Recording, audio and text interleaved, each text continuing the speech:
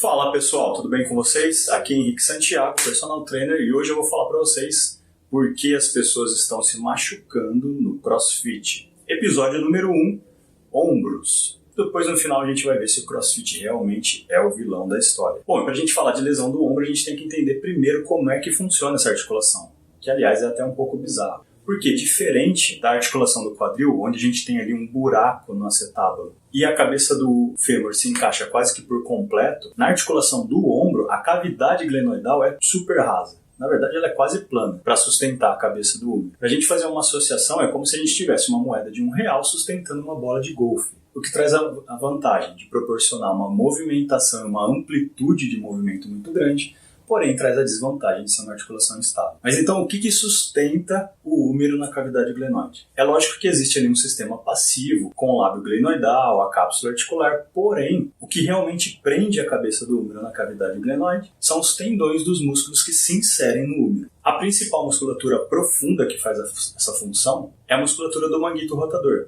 São os músculos que saem da escápula e se inserem no húmero. Então a gente tem o supraespinhoso, o infraespinhoso, o subescapular e o redondo menor.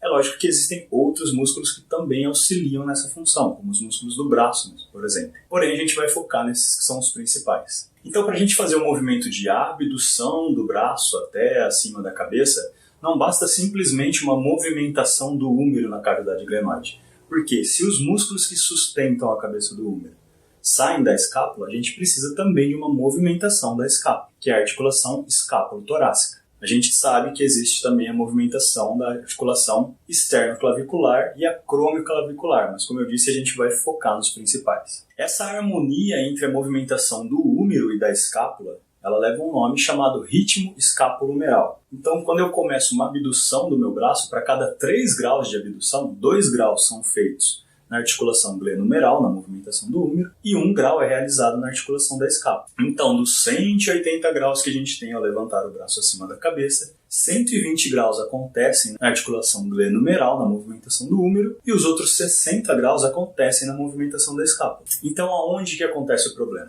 A escápula, ela não tem um encaixe ósseo por si só. Ela se movimenta no gradil costal e ela está ali sustentada pela musculatura também. Ela está sustentada ali pelo romboide maior e menor, pelos elevadores da escápula, trapézio, serrátil anterior, peitoral menor. É como se houvesse ali um cabo de guerra entre as musculaturas sustentando a escápula de forma estável e fazendo com que ela tenha uma movimentação de acordo com os movimentos do braço. O problema é que existe uma tendência a ocorrer um desbalanceamento de forças musculares entre essas musculaturas que sustentam a escápula.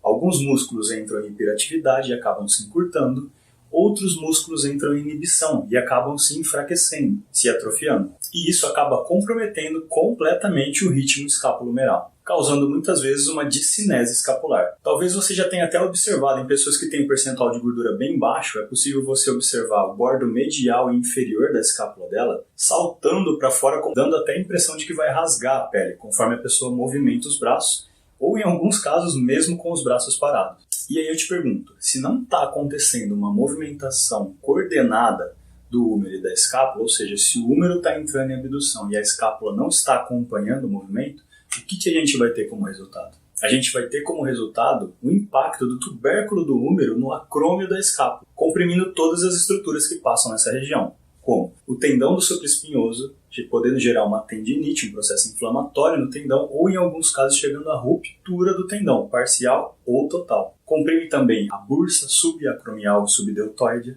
podendo gerar uma inflamação ou muitas vezes lesionando a bursa, chegando a extravasar o líquido interno dela. Também temos o tendão do bíceps, podendo gerar uma tendinite ou também uma ruptura desse tendão, além de comprimir também o lábio glenoidal, causando uma deformidade nele ou, em alguns casos, até mesmo um descolamento dele da cavidade glenoide. Essas são as lesões mais comuns que têm acontecido na articulação do ombro. Agora eu te pergunto, se o CrossFit é a reunião de modalidades como levantamentos básicos de peso, movimentos ginásticos e atividades aeróbias, será que é só no boxe de CrossFit que a pessoa vai lesionar o ombro?